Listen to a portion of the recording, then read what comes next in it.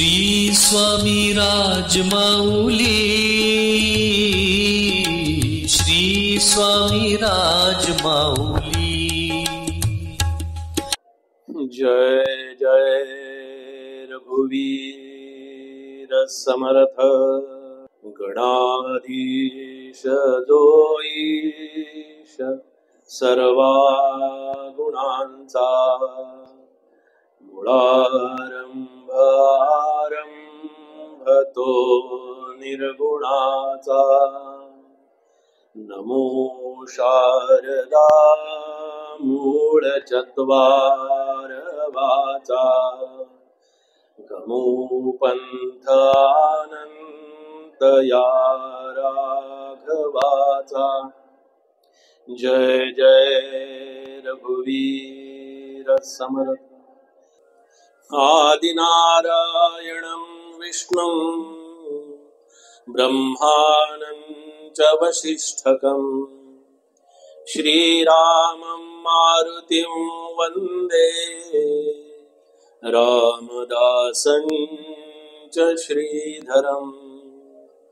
नमः शान्ताय दिव्याय सत्यधर्मस्वरूपिणे, स्वानन्दामृततृप्ताय श्रीधराय नमो नमः। जयाचा जनी जन्म नामार्थ झाला, जयाने सदा वासनामात केला। जयाच्या मुखी सर्वदा नाम कीर्ती, नमस्कार त्या ब्रह्म चैतन्य मूर्ती। सद्गुरुनाथ महाराज की जय। जय जय रघुवीर समर्थ। कोमल वाचा दे रे रा, विमल करणी दे रे रा। प्रसंग ओळखी दे रे रा, जन सुखकारक दे रे रा। हितकारक दे रे रा, जन सुखकारक दे रे रा। मागो नेणे दे रे रा, मज न कळे ते दे रे रा। तुझी आवडी दे रे रा, दास म्हणे माझ दे रे रा। थोडस भगवंताचं नामस्मरण करूया। ध्यान म्हणजे काय असतं, ध्यानाची सुरुवात कशी असते, ध्यानाची पूर्वपीठिका काय असते। ध्यान अनेकांच्या मनामध्ये अनेक प्रश्न होते, अनेकांच्या शंका होत्या। आता त्या होत्या म्हणण्याचं मी धाडस करतोय, म्हणजे आज नाहीत असा त्याचा अर्थ होतो असं म्हणता येणार नाही। आजही त्या शंका कदाचित असू शकतात, पण या सगळ्यांची जी सुरुवात आहे, याचा जो प्रारंभ आहे, त्याचं जी पूर्वपीठिका आहे, त्याचं अधिष्ठान आहे, हे अधिष्ठान आपल्याला मूळ शोधावं लागतं। आणि ते अधिष्ठान आहे पूर्णपणे नामावरती अवलंबून आहे। नाम साधना ज्याला म्हटलेलं आहे, ती अंतरंगामध्ये जसजशी आपल्यामध्ये विलसित होते, जसजशी आपल्यामध्ये प्रकाशमान व्हायला लागते। प्रकाशमान याचा अर्थ काय, तर आपल्या व्यक्तिमत्वाला, आपल्या बुद्धीला, आपल्या अंतःकरणातल्या परमेश्वराला नाम साधना ही जागृत करत असते। आणि म्हणून नामानं प्रारब्ध टाळता येतं, नामानं संकट जातात, नामानं आपले त्रास दूर होतात। अशा ज्या काही मनातल्या ज्या कल्पना आहेत, या कल्पनांना दूर ठेवण्याचं सुद्धा सामर्थ्य नामामध्ये आहे। म्हणून सुरुवातीला थोडस आपण ताठ बसूया. ताठ अशासाठी की आपल्या पाठीचा कणा जर ताठ असेल तर नुसतीच मान ताठ असून चालत नाही. पाठीचा कणाही तितकाच ताठ असावा लागतो आणि तो कणा ताठ ठेवून आपण काही करायचं नसतं. खरं तर साधना, ध्यान, नामस्मरण, परमार्थ हा खूप क्लिष्ट नाहीये, खूप अवघड नाहीये. आपण आपल्या मनाने, आपल्या कल्पनेनी, आपल्या मनातल्या वेगवेगळ्या धारणांनी आपण त्याला कठीण करून ठेवलंय. इतकं साधं सोपं सरळ संतांनी जे आपल्या समोर साहित्य ठेवलं आणि त्या संत महोत्सवामध्ये तर हे आपण शिकवू शकलो नाही, हे जर आचरणात आणू शकलो नाही, याचं जर आपण अनुकरण करू शकलो नाही, तर हा 14 वर्षाचा प्रवास आहे, 1-2 वर्षाचा नाही आहे. मला हे 14 वर्ष अशी ऐकायला खूप आपल्याला छान वाटतात, पण मी थोडस त्याचं चिंतन केलं, माझ्या मनानं चिंतन केलं, अंतःकरणानं चिंतन केलं की आपल्या मनामध्ये 14 वर्ष म्हटलं की रामाचा वनवास. आता खरं तर राम वनवास किंवा राम वनवासामध्ये गेले हे ती रामाची लीला होती. आपण त्याला वनवास समजतो, पण मला मुद्दाम सांगावंसं वाटतं की रामरायांना जर ते वनवासात गेले नसते तर जडजीवांचा उद्धार कोणी केला असता.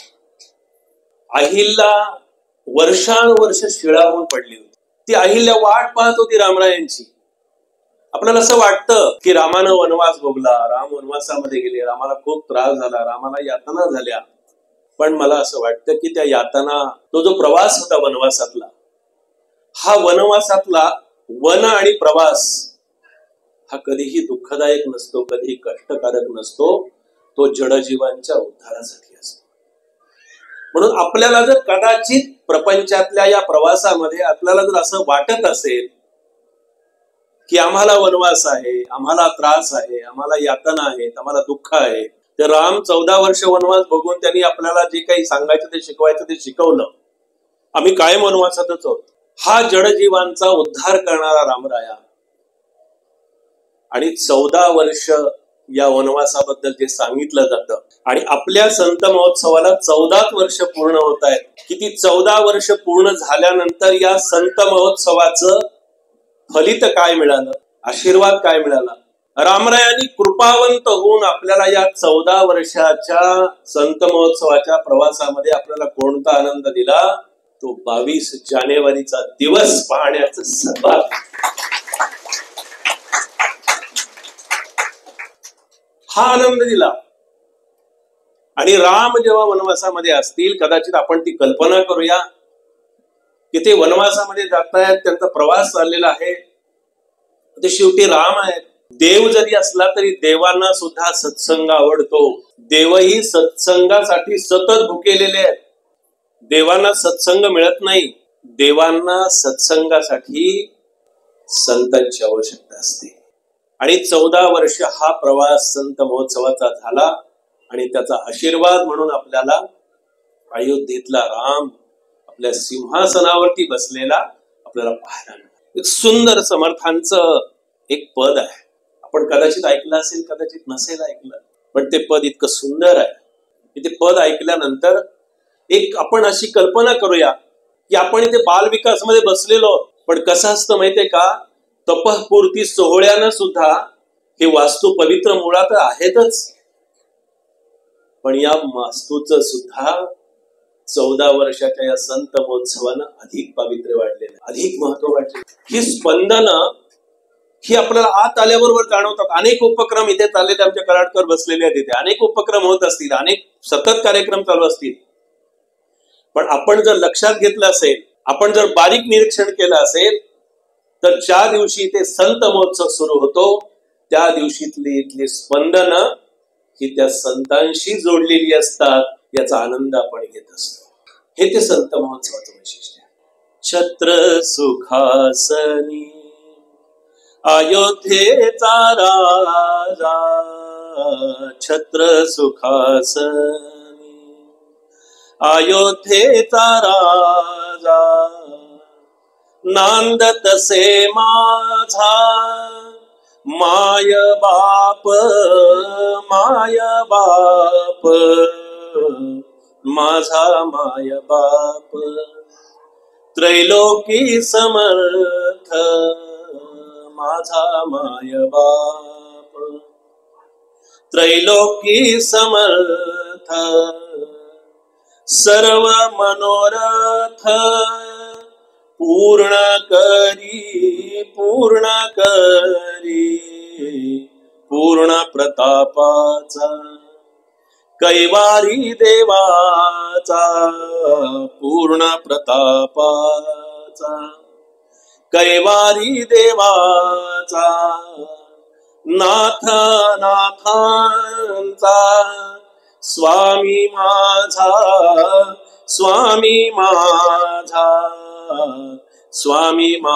राम. रामाचं वर्णन समर्थ करताय.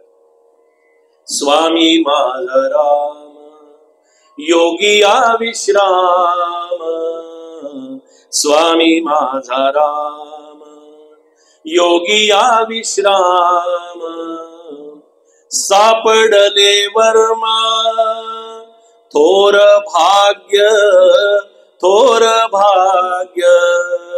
कोणतं भाग्य आहे आमचं? समर्थांना काही स्वतःचं भाग्य सांगायचंय का? समर्थ भाग्यवंत होतेच होते, पण समर्थ आमचं भाग्य सांगतात.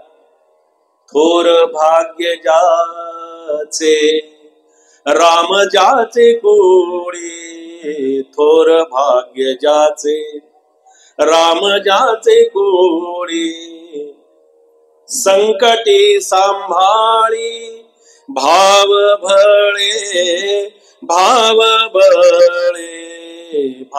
बळे माझा पूर्ण प्रतापाचा नाथ नाथांचा स्वामी माझा. फार सुंदर समर्थांनी वर्णन केलं.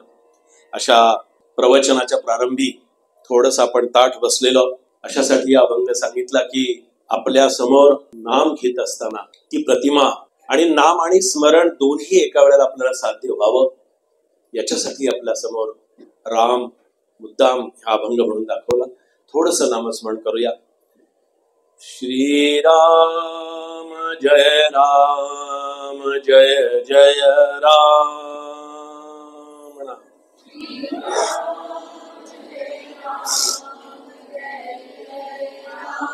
श्रीराम जय राम जय जय राम.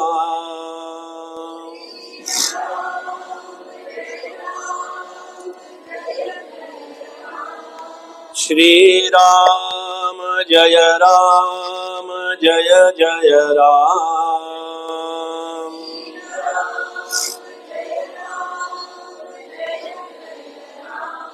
श्रीराम जय राम जय जय राम.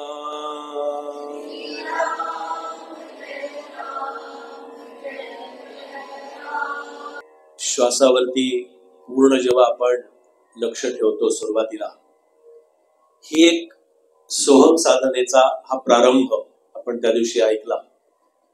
जसजशी आपली श्वासाची गती श्वासाची लय ही जसजशी कमी होते तसतसे आपले विचार कमी व्हायला लागतात. काही जणांनी प्रश्न विचारले होते आणि त्या प्रश्नाचं उत्तर देताना मी त्यांना सांगितलं की आपण थोडस प्रवचनाच्या वेळी याचं आपण चिंतन करू. अनेक विचारांनी अनेक विकल्पांनी अनेक विषयांनी हे सतत मन आपण घेऊन सतत व्यवहार करत असतो. हा 1-2 दिवसाचा व्यवहार नसतो, 1-2 वर्षाचा व्यवहार नसतो, तर अनेक जन्मोजन्मींच्या व्यवहाराचं ओझ या जीवानं बरोबर बाळगलेलं आहे. आणि हे ओझ घेऊन आपण सतत चाललेलो आहोत. विषय वासना विकल्प या सगळ्यांचं ओझ आपण बरोबर घेऊन चाललेलो आहोत. मी परवा आपल्याला एक सांगितलं होतं की सच्चिदानंदजींना जेव्हा प्रवचनामध्ये त्यांनी सांगितलं होतं की वरदानंद भारती अंगावरती उपरणं फक्त ठेवूनच कीर्तन करायचे, कदाचित बोलण्याच्या ओघामध्ये ते राहून जाईल, म्हणून सुरुवातीला सांगतो आपल्याला की आपणही लक्षात ठेवा, आपण जेव्हा साधनेला बसतो जेव्हा उपासनेला बसतो, जेव्हा नामाला बसतो, तेव्हा आपण हे सगळं काही बघत असतो की आसन कोणतं आहे, माळ कोणती आहे, जागा कोणती आहे. नामाला बसताना सुद्धा मेकअप करून बसतात. माझी माळ बरोबर आहे ना, माझी छाती बरोबर आहे ना, मी व्यवस्थित आहे ना. गोंदवलेकर महाराज असं म्हणतात, अरे नामाला बसल्यानंतर सुद्धा मी नामाला बसलो आहे याचं विस्मरण तुला जोपर्यंत होत नाही ना, तोपर्यंत तुझं नाम माझ्यापर्यंत पोहोचतच नाही. याचं विस्मरण होऊ दे, मी नामाला बसलेलो आहे. नटून जाण्याची आवश्यकता वाटली. त्या क्षणी दासगणू महाराज तिथून निघाले, अंगावरती चढवलेला सगळ्याच्या सगळा पोशाख उतरवला आणि त्या दिवसापासून दासगणू महाराजांनी फक्त अंगावरती एक पंचा टाकून, एक उपर्ण टाकून आणि खाली धोतर बांधून आयुष्यभर कीर्तन केलं. असं नाही म्हणाले बाबांना की ठीक आहे पुढच्या कीर्तनाच्या वेळी बघतो, पुढच्या कथेच्या वेळेला मी लक्षात ठेवीन महाराज. नाही, सद्गुरु आज्ञा म्हणजे सद्गुरु आज्ञा. म्हणून गुरूंना जे आवडतं तसं वागा, गुरूंना जे हवं ते द्या,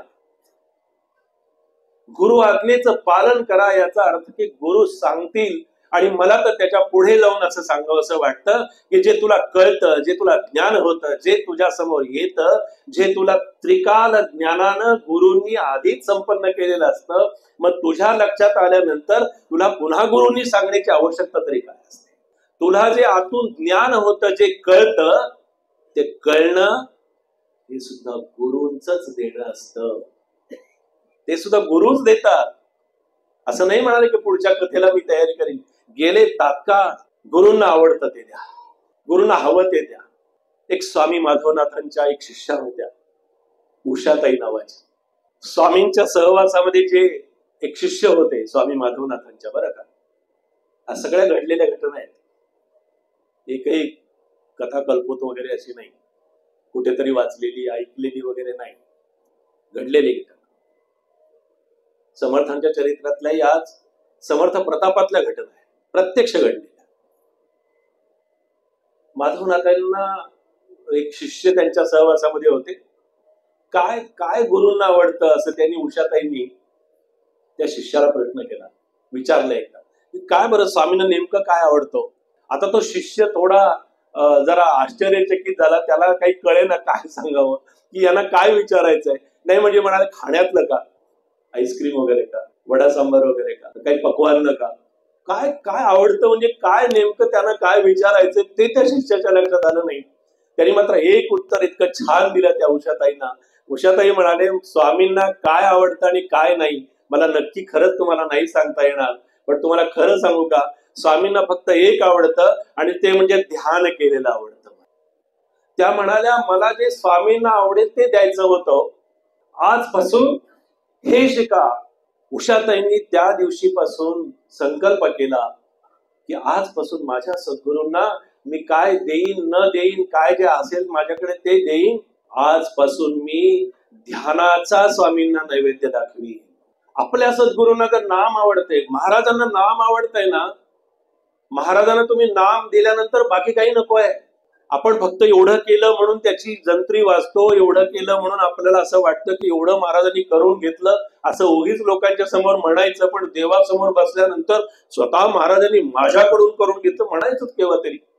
बाबा बेलसरांचा एक छान संवाद आहे. केतकर महाराजांनी 11 कोटी रामनाम पूर्ण केलं होतं, 11 कोटी.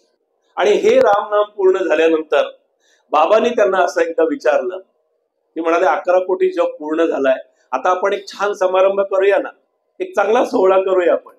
11 कोटी जप झालाय म्हणाले तुमचा. बघा बरं, भौतिक बाहेरच्या शक्ती आपल्या साधनेला कसं कसं खाली आणण्याचा प्रयत्न करत असतात. याचा अर्थ बाबा खाली आणत नव्हते, पण बाबा महाराजांच्या रूपानं केतकरांची परीक्षा घेत होते. केतकर महाराज इतके कच्चे नव्हते, महाराजांचा संपूर्ण आशीर्वाद लाभलेले सत्पुरुष होते. 11 कोटी जप झाला म्हणाले तुमचा. केतकर महाराजांनी सांगितलं, म्हणाले 11 कोटी जप झाला, काही फार विशेष नाही केलं, फार काही विशेष घटना त्याला समजू नका, हा नामाचा परिणाम. 11 कोटी जप होऊन सुद्धा मी तो नाम घेतलं नाही, माझ्याकडून ते फक्त महाराजांनी करून घेतलं आणि ते फार विशेष नाही असं वाटणं ही नामाची फलश्रुती आहे बरं का. फार विशेष घटना नाही म्हणाले ती. बाबा बेलसरे थोडे मिश्किल होते. बाबांनी त्यांना पुन्हा एक प्रश्न केला. म्हणाले जर ही विशेष घटना नाही तर मग आणखीन कुठली विशेष घटना आहे? आणखीन कुठली अशी विशेष घटना आहे की तुम्हाला खूप विशेष वाटते?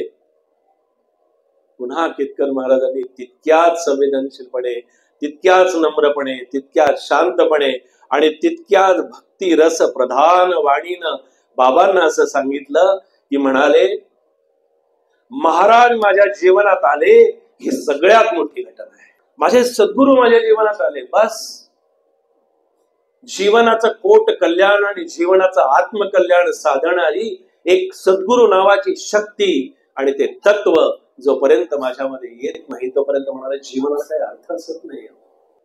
आता बाबा बेलसर यांनी आता शांत राहावं. त्याच्या पुढे आणखी त्याला प्रश्न विचारला की म्हणाले जर महाराज जीवनात आले एवढी विशेष घटना होती, तुमचा 11 कोटी जप झाला, मग एवढा जप तरी कशाला करायचा होता? खरंय ना, असा प्रश्न काही फार चुकीचा असं आपल्याला म्हणता येणार नाही. बाबांनी विचारला प्रश्न, म्हणाले 11 कोटी जप तुम्ही पूर्ण केला, मग कशासाठी जप केला? बघा बरं, आपण लक्षात ठेवा केतकराने जे उत्तर दिले ते आपण लक्षात ठेवा. केतकर महाराज म्हणाले मी जो जप केला म्हणाले फक्त माझ्या महाराजांना आवडतो म्हणून केला म्हणाले. समर्थांच्या जीवनामध्ये असंख्य घटना आहेत. समर्थांनी नुसता दासबोध सांगितला, आत्माराम सांगितला, मनाचे श्लोक सांगितले, समर्थांनी धर्म सांगितला, जगायचं कसं ते सांगितलं, जीवन कसं असतं ते सांगितलं आणि त्या जीवनामध्ये कसं यशस्वी व्हावं हेही समर्थांनी दासबोधामध्ये सांगितलं. पण ते सांगितलेलं आम्हाला आजच्याही क्षणाला पटतं का? त्याचं एकमेव कारण होतं आधी केले आणि मग सांगितले. उगीच नाही सांगितलं आपण यथेष्ट जेवणे उरले ते अन्न वाटणे परंतु वाया गवळणे हा धर्म नव्हे असं म्हणायचं आणि दुसऱ्याच्या सकाळी उठल्याबरोबर पाट्याच्या पाट्या अन्न फेकून द्यायचं. समर्थांनी कुठंतरी पाहिलं असेल, कुठंतरी ते आचरणात आणण्याचा त्यांनी प्रयत्न केला स्वतः आधी आणि मग सांगितलं समाजाला. किती किती अन्नाबद्दल आपण अन्न पूर्ण ब्रह्म म्हणायचं खरं, पण त्या अन्नाबद्दल आपल्या मनामध्ये काय भावना असतात, कशा प्रकारच्या असतात. मी हे सांगतो का तर संत महोत्सवामध्ये संतांनी जे आचरण केलं ते आचरण आमच्यामध्ये उतरवण्याची एक संत महोत्सव ही एक संधी असते. त्यासाठी हे सांगायचं. समर्थ एका ठिकाणी भिक्षेला गेले. समर्थ प्रतापातली घटना आहे, दिनकर स्वामींनी लिहिलेली घटना आहे. एक दिवस भोजनासाठी गेले आणि भोजनासाठी गेल्यानंतर आता भोजन वगैरे सुरू झालं. आता तो त्यावेळेचा तो काळ होता, भाजी भाकरी साधं जेवण. आता आलेच परत चुलीवरच्या भाकरीवरती, पण फास्ट फूड मधून परत चुलीवरच्या भाकरी जेवायला. आता आम्हाला जेवायला बोलवलं की पहिला प्रश्न विचारतात, बुवा काय करायचं सांगा बरं, भाजी काय करायची, काय मसूर करायचं, काय करायचं, काय काय जेवण करायचं, काय तुम्हाला आवडतं, भरीत करायचं, भरलं वांग करायचं, काय करायचं जेवणाला, असं विचारलं जातं. समर्थांना विचारायची काय सोय आहे, ताकदच नाही कुणाची असं विचारायला जायची. भाजी भाकरीचा नैवेद्य केला. समर्थांना तेच जास्ती आवडायचं. रानावनात जंगलामध्ये फिरणारं व्यक्तिमत्व, संत महात्मे, आणि ते सत्पुरुष झाले, संत झाले, महात्मे झाले, अशा जीवनाचा प्रवास करूनच समर्थ झाले ना. गेले भोजनाला आणि भोजनाला गेल्यानंतर भाकरी होती छान आणि दोडक्याची भाजी केली होती. बसले. वदनी कवल घेता नाम घ्या श्री हरीचे, श्लोक झाला छान पैकी आणि पंगत बसली. झालं नैवेद्य वगैरे रामाला आधीच दाखवून झाला होता. बसले, भाकरी भाजी मस्त जेवण सुरू झालं. पहिला घास घेतला, भाकरी आणि दोडक्याची भाजी इतकी कडू झाली होती, की कडू झाली होती. उगीच नाही म्हणत दोडका कडू, कडू दोडका. पण कडू झालेली भाजी समर्थ मिटक्या मारून खातायत. नेहमी लक्षात ठेवा बरं का, कुठल्या साधूला, कुठल्या साधकाला जर कधी आम्हाला सारख्यांना जेवायला बोलवलं तर त्यांनी जर आधी वाढलेलं पहिल्यांदा जे संपवलं जातं ते त्याला आवडतच असं नाही. ते खरं तर त्याची इच्छा असते की हे पुन्हा वाढू नये म्हणून तो आधी संपवतो. आणि होतं उलटच, जेवायला बसल्यानंतर तो खायला सुरुवात केली, त्यांनी पहिल्यांदा संपवलं की वाटतंय बोला बहुतेक की आवडलं, वाडा भर. समर्थाने दोडक्याची भाजी अशी मस्त मिटक्या मारून खायला सुरुवात केली. त्या पहिली भाजी संपवली, भाकरी आणि भाजी खातायत. त्या माऊलीला वाटलं दोडका समर्थाला खूप आवडलाय बरं का. पुन्हा वाढला, पुन्हा समर्थ तितक्याच प्रेमाने खातायत. कारण ज्यांनी वासना जिंकलेली होती, रसना जिंकलेली होती, ज्यांची वासना वासुदेवी जाऊन बसलेली होती, त्याच्या अन्नावरती काय असणार वासना? पुन्हा मिटक्याबरोबर खातात, पुन्हा आवडीनं खातात, पुन्हा दुसऱ्यांदा वाढली, तिसऱ्यांदा वाढताना मात्र पातेल्यात बघितलेली आहे, पण थोडीशी शिल्लक ठेवली आणि पुन्हा तिसऱ्यांदा वाढली, पुन्हा समर्थांनी आवडीनं खाल्ली आणि सगळं जेवण झाल्यानंतर समर्थ म्हणाले, आता तुम्ही रामाचा प्रसाद घ्या. जेव्हा ते बसले, त्याने जेव्हा खाल्लं, तेव्हा त्यांना कळलं की दोडक्याची भाजी अतिशय कडू झालेली होती. त्या माऊलींनी येऊन समर्थांना हात जोडले आणि सांगितलं, माऊली महाराज, इतकी कडू झालेली भाजी इतक्या मिटक्या मारत आपण आवडीनं कशी काय खाल्ली? तो पण लक्षात ठेवा, समर्थांनी असं उत्तर दिलं. समर्थ म्हणाले, माऊली, तुम्ही जी मला आधी भाजी वाढलेली नव्हती, माझ्या रामानं ती आधी खाल्ली. जी माझ्या रामानं आवडीनं भाजी खाल्ली, ती मी नाही का खाणार आवडीनं? त्याला जो नैवेद्य दाखवलात ना, तोच मी खाल्ला. म्हणून यथा देहे तथा देवे. त्याच्यासाठी आपली रसना कमी करायची आहे, त्याच्यासाठी आपली वृत्ती ही संतमय करायची आहे, त्याच्यासाठी आपली समर्थ म्हणाले तसं, करी वृत्ती जो संत तो संत जाणा, दुराशा गुणे जो नवे दैन्यवाणा.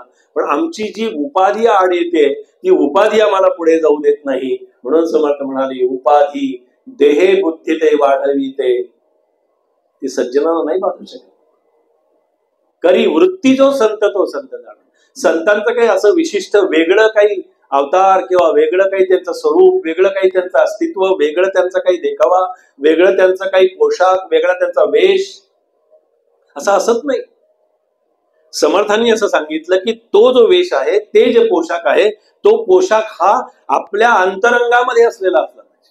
अंतरंग आपलं सजवलेलं असलं पाहिजे, अंतरंग नटवलेलं असलं पाहिजे, अंतरंगामध्ये तो परमात्मा विलसित झालेला असला पाहिजे, अंतरंगामध्ये तो राम वसलेला असला पाहिजे. आणि तो राम आपल्याला कसा दिसतो, कसा भासतो, कसा आवडतो, तो राम ज्या समर्थांना आवडला, त्या समर्थांनी त्या रामाचं किती छान वर्णन करावं. आणि तो रामाचं वर्णन करताना समर्थ म्हणाले, आठवला श्रीराम हृदयी, आठवला श्रीराम. काय होतो रामाच्या उपासनेनं? कशासाठी रामाचं चिंतन करायचं? कशासाठी ते अयोध्येला जायचं? कशासाठी इतक्या वर्षाचा तो संघर्ष जो चालला होता, तो कशासाठी चालला होता? तो एकमेव एकाच कारणासाठी चालला होता, आठवला श्रीराम हृदयी, आठवला श्रीराम हृदयी. आठवण आठव शोधुनी पाहता. त्या रामाला आठवताना काय झालं?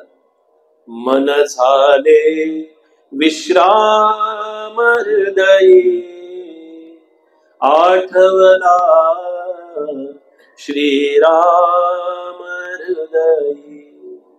रामाचं नाव केव्हा येईल तोंडात? रामाचं नाव घ्यावं असं केव्हा वाटेल? रामाचं नाव मुळात मुखामध्ये येतच कधी? राम उपासना होते कधी? फळले भाग्य बहुजन्मांचे, नामी जडले प्रेम हृदयी, आठवला श्रीराम हृदयी.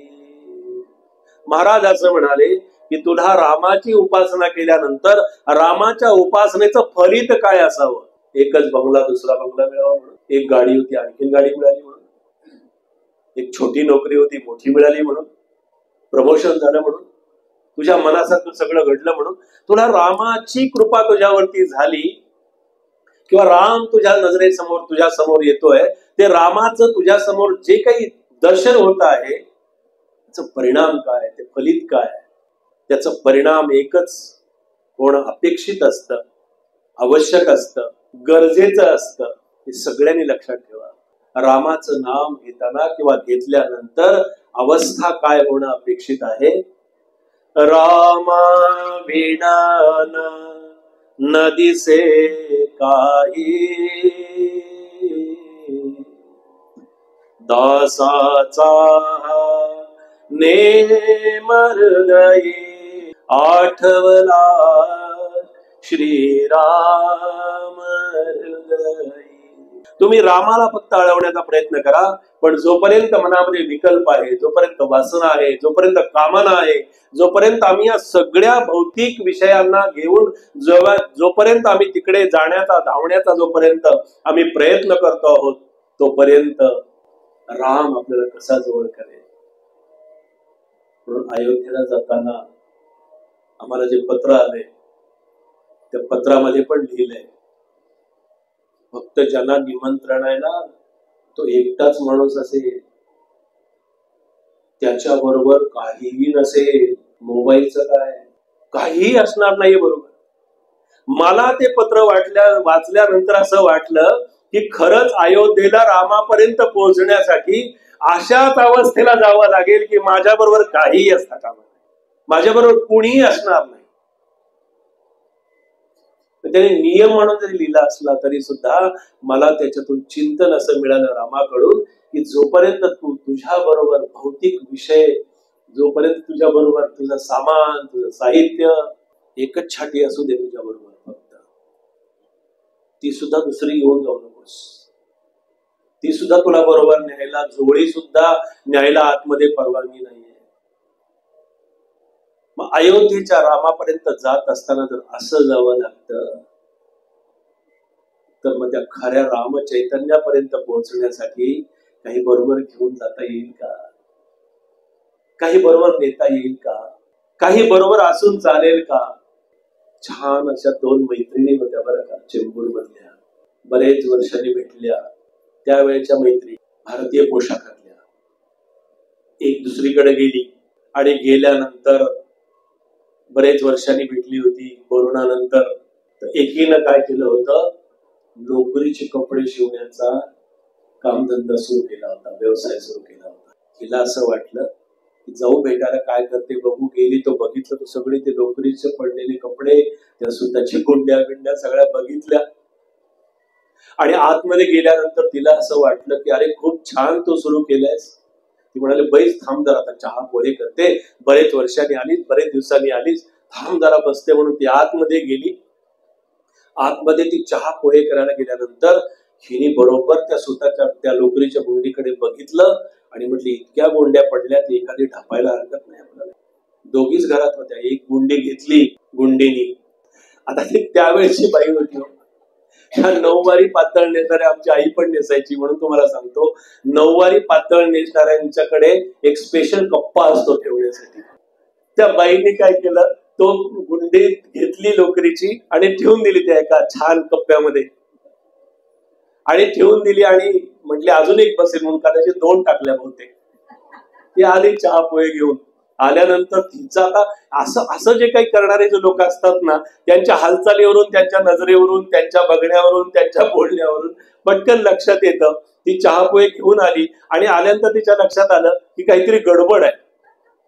आल्यानंतर ही जेवढी नॉर्मल होती तेवढी आता दिसत नाहीये, काहीतरी गोंधळ आहे. म्हणून तिने विचारलं, का ग, काय झालं तुला, काही फोन बिन आला का घरचा, काही असं तुला मेसेज वगैरे आला का. आता हेच सगळं विचारलं जातं ना, का टेन्शन मध्ये, आता येतीस तू, छान आली होतीस हसत खेळत, आता तुला काय झालं. काही नाही काही नाही ग, काही नाही काही नाही करून तिने ते घालवलं. चल म्हणाली, आता झालं चहा पोहे वगैरे झाले, आपण छान मंदिरामध्ये जाऊ. मंदिरामध्ये गेल्या, पांडुरंगाचं मंदिर होतं. चल म्हणाले, छानपैकी तिथं जाऊन आपण जरा देवाचं दर्शन वगैरे घेऊ, जरा तिथला उत्सव वगैरे चाललाय म्हणाले, आपण तिथे जाऊ. ती फार हुशार होती हो, आणि खूप हुशार होती. ती म्हणली आता बरोबर हिने काय गडबड केली ना हे बघायचंच आपण. म्हणून ती म्हणली आपण काय करू, म्हणा दोघी जण आपण फुगडी खेळूया, बरेच दिवसात खेळलो नाही आपण. म्हणाले छान फुगडी खेळायची, विठ्ठलाला पांडुरंगाला छान, इथं देवीचं स्थान आहे, म्हणाले आपण फुगडी खेळूया. म्हणाले अगं नाही म्हणाले, माझ्या कमरेचं दुखणं झालंय ग, मला नाही खेळता येणार. नाही, तुला जशी खेळता येईल तशी खेळ म्हणाले, आपण अगदी हळूहळू खेळू पण खेळ. आता काय तिच्या आग्रहास्तवर फुगडी खेळायला सुरुवात केली, पण एक आपला हात असं धरलेला, असं त्या गुंड्या दाबून धरल्यावर त्या कुठेतरी पडायची भीती. त्या दुसरीनं बरोबर गरगार गरगार फिरवलं आणि त्या दोन्ही गुंड्या खाली पडल्या. त्या लोकरीच्या दोन्हीच्या जे काही होतं ते खाली पडलं. आणि खाली पडल्यानंतर तिने तिच्याकडे बघितलं, हिने तिच्याकडे बघितलं. दृष्टांत अशासाठी सांगितला, ऐहिक वासना आणि भौतिक वासना घेऊन जेव्हा आम्ही भगवंताच्या नावानं नाचायला लागतो आणि जेव्हा त्याच्याकडे जातो तेव्हा ते विषय आणि वासना ह्या अशाच्या अशाच गळून पडतात, त्या गुंड्यासारख्या गळून पडतात. विकल्प आमच्या मनामध्ये असता कामा नये, विषय आमच्या मनामध्ये असता कामा नये. हे सगळे आलेले आहे. समर्थांनी सुद्धा दासबोधामध्ये हे सांगत असताना, मनाच्या श्लोकामध्ये सांगत असताना असं म्हटलेलं आहे की मना वासना वासुदेवी वसोदे, मना वासना दुष्ट कामा नये रे, मना सज्जना भक्ती पंथेच जावे. का सांगितलं? हे सगळंच्या सगळं या जन्माला माणूस येताना सगळंच्या सगळं ओझं घेऊन आला, पण हे जात नसतं, हे संपत नसतं, याचा क्षय होत नसतो, याचा नैनाट होत नसतो. हे कुठेही आपल्याला संपवता येत नाही. फक्त एकच होतं, सद्गुरूंच्या कृपेनं आपल्या विषयांची विकल्प वासना आपल्याला वासुदेवाकडे नेणारे आपल्याला सद्गुरू मात्र नक्की भेटतात. आणि म्हणून संत महोत्सवामध्ये आपल्याला यायचं असतं. समर्थांनी आपल्या जीवनामध्ये आयुष्यामध्ये असे कितीतरी भक्तगण, असे कितीतरी शिष्यगण गोळा केले, पण प्रत्येकाची आधी परीक्षा घेतली. प्रत्येकाची परीक्षा घेतल्याशिवाय एकालाही कुठाला मठपती केला नाही, एकालाही महंत केला नाही. त्याच्या चरित्रामध्ये असं लिहिलेलं आहे, दास विश्राम धामामध्ये असं लिहिलेलं आहे, समर्थ प्रतामामध्ये त्याची अशी नोंद आहे की असं उगीच म्हणाले कुठली तरी विद्यापीठामध्ये परीक्षा देऊन आणि कुठेतरी ती प्रश्नपत्रिका सोडून आणि कुठेतरी तुम्ही कुठेतरी काहीतरी असं काहीतरी बोलायला लागलात, काहीतरी मांडायला लागलात, काहीतरी सांगायला लागलात, काहीतरी शिकवायला लागलात, काहीतरी ज्ञान तुम्ही पाजळायला लागलात लोकांच्या मध्ये, म्हणजे तुम्हाला समर्थ तिकडे मठपती करतात आणि महंत करतात, असं अजिबात नसायचं. समर्थांचा मठपती आणि महंत कसा व्हायचा आपल्या माहितीसाठी मुद्दाम सांगतो की त्यावेळेला महाभारत असेल, रामायण असेल, भागवत असेल, ग्रंथांचं कुठलंही असेल, दासबोध असेल, ज्ञानेश्वरी असेल, तुकारामांचा गाथा असेल, असे ग्रंथ सगळे समोर ठेवले जायचे. आणि ते पूर्वीच्या काळी तर ते बाइंडिंगचे ग्रंथ नसायचे, बांधलेले ग्रंथ नसायचे, ती सुटी पानं असायची, सुट्या पोथ्या असायच्या. त्यांच्या समोर समर्थ सांगायचे ग्रंथ असे उलगडून टाका, आणि सगळी पानं अशी उलगडून टाकली जायची. आणि सगळ्यात आधी जो तो ग्रंथ नीट व्यवस्थित त्याचे पान नंबर सहित आणि ओव्यांसहित जो बरोबर लावेल तो समर्थांचा मठपती व्हायचा, तो समर्थांचा महंत व्हायचा. याचं कारण असं की इतक्या सगळ्या ग्रंथांचा अभ्यास त्याने केलेला असला पाहिजे, इतके सगळं ज्ञान त्याच्याजवळ असलेलं पाहिजे, इतकं सगळं त्याला छान ते अवगत झालेलं असलं पाहिजे. ह्या काही उगीच नाहीये. ज्या वेळेला मला काही लोक प्रश्न विचारतात की कुठेतरी असं वाचलं म्हणाले की समर्थ छत्रपती शिवाजी महाराजांच्या सरदाराची पण नियुक्ती समर्थांच्याकडून व्हायची. म्हटलं हो, समर्थ सरदारांची नियुक्ती करायची, ती कशी करायची? सज्जनगडावरती आपण जर कधी गेला तर गडावरती जाताना आतमध्ये कमानीच्या आतमध्ये पाऊल टाकलं, पहिल्यांदा लोकमान्य टिळक कमानीच्या तिथे एक तलाव तुम्हाला दिसतो डाव्या हाताला, ते देवीच्या मंदिराच्या बाजूला जाताना. त्या तलावाचं नाव आहे घोडाळ तळ. आता हे घोडाळ नाव का पडलं तर त्याचं कारण असं की छत्रपती शिवाजी महाराजांचं जेव्हा सैन्य यायचं, शिवाजी महाराज जेव्हा सरदारांना घेऊन गडावरती यायचे, त्यांच्या घोड्यांना पाणी पिण्यासाठी छत्रपतींनी तलाव तिथं स्वतंत्र केला. मुक्या प्राण्यांचं कसं रक्षण करावं आणि कशी त्यांचीही ताण भागवावी याची काळजी घेणारा या महाराष्ट्राचा राजा एकमेव होता, आणि तो म्हणजे छत्रपती शिवाजी महाराज. घोड्यांना पाणी पिण्यासाठी स्वतंत्र तलाव. सगळे घोडे जे गडावरती यायचे त्या तलावावरती, तिथे त्यांना पाणी प्यायला सोडलं जायचं, तिथं ते पाणी प्यायचे. आणि दसऱ्याच्या दिवशी म्हणजे विजयादशमीच्या दिवशी हे सगळे सरदार जे होते त्या सरदारांना गडावरती बोलवलं जायचं, त्यांचे घोडे आणले जायचे, त्या घोड्याळ्या तलावावरती त्यांना पाणी पिणं, तिथे त्यांना बांधलं जायचं. आणि ते बांधल्यानंतर समर्थांचा एक छंद होता घोड्यावरती बसण्याचा आणि घोड्यावरती स्वार होण्याचा. दिनकर स्वामी असं लिहितात की समर्थ ज्या वेळेला विजयादशमीच्या दिवशी सीमोल्लंघनाला जेव्हा बाहेर पडायचे आणि बाहेर पडल्यानंतर छत्रपतींचा घोडा तिथे तयार असायचे, सरदार तिथे असायचे, आणि समर्थ रामदास स्वामी ज्या घोड्यावरती थाप मारायचे आणि ज्या घोड्यावरती स्वार व्हायचे त्याची सरदार म्हणून नियुक्ती केली जायची.